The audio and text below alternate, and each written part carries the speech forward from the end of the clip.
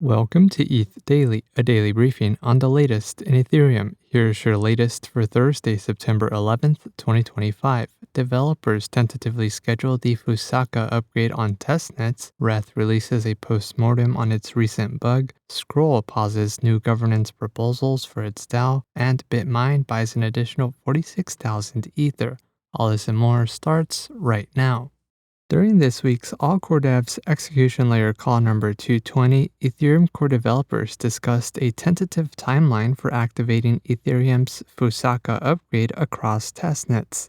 Developers agreed to begin the activation with the Holeski testnet despite its scheduled deprecation in the coming months. Holeski's infrastructure will be shut down 2 weeks after the Fusaka upgrade finalizes. Developers tentatively plan to release updated testnet client versions by September 22nd. Activate Fusaka on Holeski during the week of September 29th, proceed with the Sepolia fork in the week of October 13th, and complete the rollout on Hudi testnet 2 weeks later on the week of October 27th. The proposed schedule will be finalized once fork block times are confirmed during the next All Core Devs call. Fusaka is Ethereum's next upgrade slated for Q4 2025 that will introduce scaling improvements through PeerDAS, an enhancement that allows nodes to verify blob data availability without downloading the entire data set, increasing data capacity, and significantly reducing costs for Ethereum rollups. The Paradigm Reth team released a postmortem on last week's incident that caused some Reth nodes to stall due to a state root mismatch.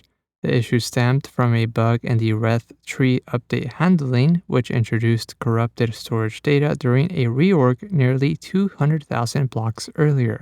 A fix and database repair tool were shipped in Reth version 1.7.0. The bug was limited to Ethereum mainnet Reth nodes and did not affect OP Reth or nodes on other networks.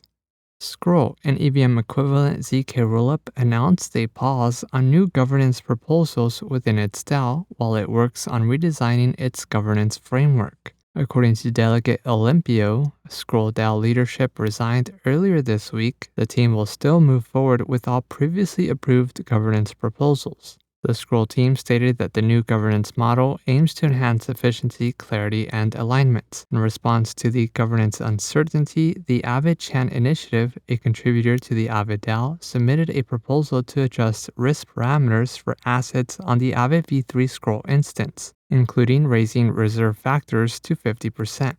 And lastly, BitMine Immersion Technologies Inc. has acquired an additional 46,255 Ether, boosting its total Ethereum holdings to more than $9 billion. The company now holds 2.07 million ETH, representing nearly 2% of the entire circulating supply of Ether.